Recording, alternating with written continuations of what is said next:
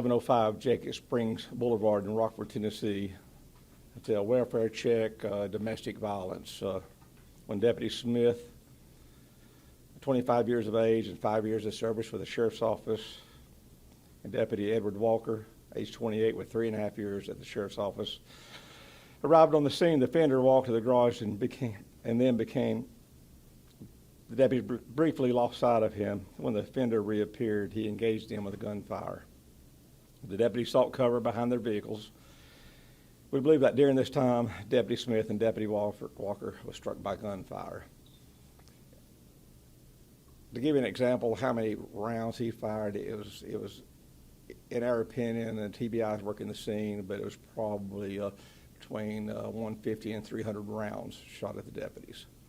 And again, that's an estimate on my part. I was there when a lot of the exchange was going on, but that's what they told me just a few minutes ago. Responding deputies returned gunfire at the offender. He retreated back inside his home. And we had information also that he had weapons at every area of the house and the window sills and beside the doors, that he was ready for a battle, and that's what he came to us with. Additional units, as well as multiple law enforcement agencies from the area, responded to assist.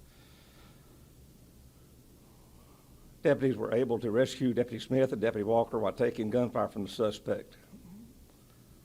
The two injured deputies were transported to UT Medical Center, where they are currently listed in stable condition. One of the deputies are going to get out tonight, most likely. The other one is going to stay overnight for observation. One of the wounds hit a bone in his knee, and he may require surgery, but that'll be determined tomorrow. The suspect, Ronald Reed Millsaps, age 59, was taken into custody around 5:10 p.m. Millsaps has never been arrested by the Blount County Sheriff's Office prior to this incident. As of now, Millsaps is in the Blount County Correctional Facility. As we do things here, we'll probably move to another facility at another sheriff's office in our region. An elderly female was inside, and the residence was not injured. She was transferred to the area hospital for observation. She was bedridden, and a relative of his. Deputies have responded to the residence on 3 different incidents this past year. And before I get into questions or anything, I'll make a couple comments. I forgot the people who were behind me. I call Chief David Carswell, Mayor Mitchell, Blount County Mayor, Chief Tony Crisp, and on my right, Maryville Police Department, and Sheriff Tom Spangler to his right. But to give you an example or talk about how many people came to assist us, the surrounding law enforcement agencies: the Maryville Police Department, Alcoa Police Department, Blount County Fire Department, Knoxville Police Department, Knox County Sheriff's Office, Tennessee Wildlife Resource Agency, Loudoun County Sheriff's Office, Highway Patrol, Tennessee Bureau of Investigation, United States Marshal Service, ATF, AMR Ambulance Service, Sevier County Sheriff's Office, Lenoir City Police Department, U.S. Homeland Security, and Tennessee Homeland Security. And the TBI is investigating this incident. And I'm going to talk for open questions. In 4 months, I've had 4 deputies shot, and one of those died. And I don't know what's going on in society, but it's troubling. It's very emotional, as you saw last time, and this, by the grace of God, these deputies are still alive. And to take on that kind of gunfire with that kind of high-powered weapon and survive is again, the grace of God. And I went to see them before I talked to them with the media. I've been up at the hospital and saw them and their family and made sure they were all right. And their families were there. Actually, obviously they're concerned, and walked in the room, and one of these deputies has a 4-week-old baby, and he had her on her chest. And that was the most beautiful baby you've ever seen. And just, again, how blessed we are to live in a society that we have become, and to put young men like this with families in a heroic position to advance on the house, that know there's a threat there. And we do that on every call.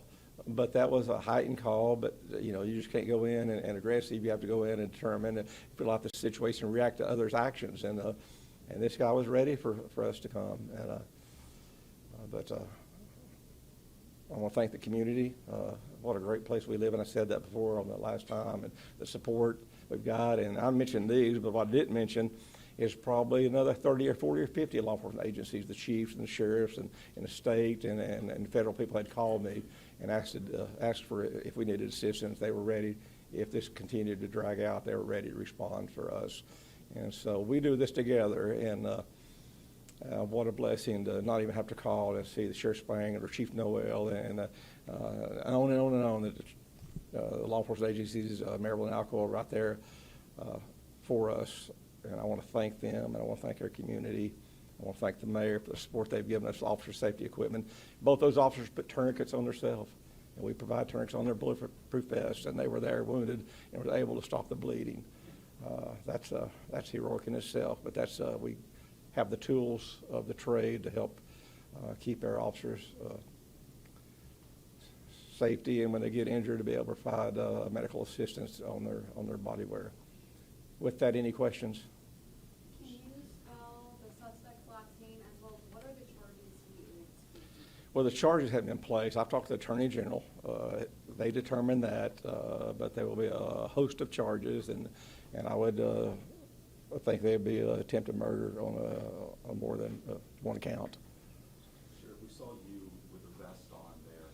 Yes, sir. I don't know if that's common, but what's going through your head when you're hearing those hundreds of shots ring out and you're there, boots on the ground, feet down the sand? Well, that's just highly that's a great question. I don't know if I can answer it, but there's still a range of emotions, and I know the two deputies pinned behind the car, and the exchange of gunfire like that. I'm just praying that nobody got hurt, but it's just I can't describe the emotions I felt.